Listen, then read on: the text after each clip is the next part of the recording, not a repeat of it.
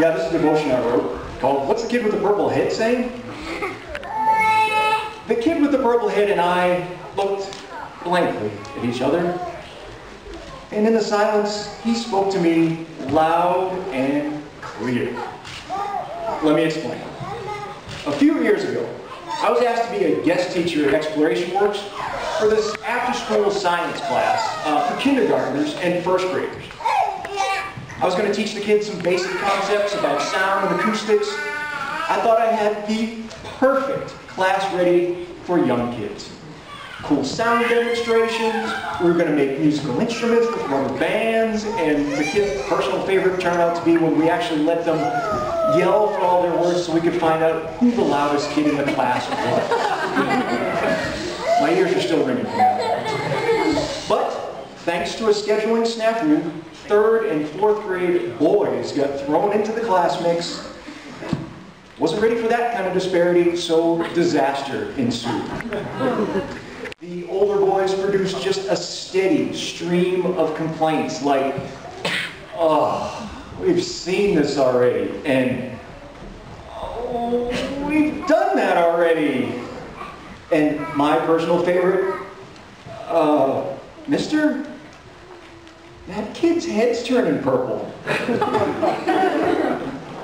And sure enough, I looked and there was a kindergarten boy, and it's always a boy, had taken one of the rubber bands, and I mean one of the ones that would fit around the Saturday Independent Record Edition, not the Sunday New York Times, and had squeezed it over his head all the way down to his forehead. Now, the elastic was so tight, there was such a color contrast that everything above this elastic band was purple mountain majesty, above his face so plain.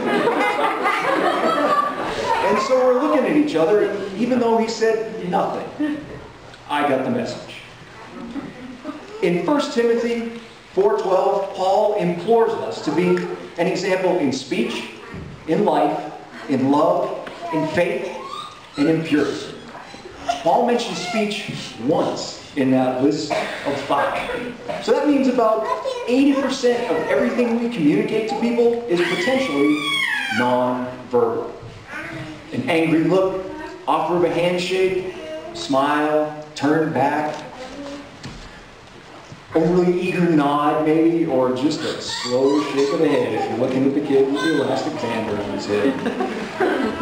All those actions and hundreds of thousands more tell people something. Therefore, about 80% of our witness as Christians is nonverbal too.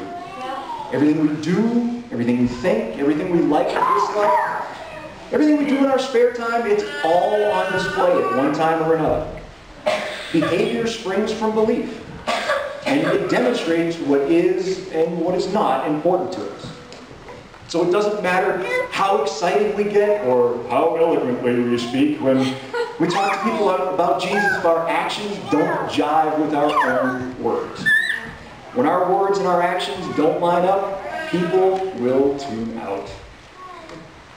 And so let me tell you, if someone who's watching and listening to you never speaks a word to you, but crams an elastic band over their head, trust me, you have lost them.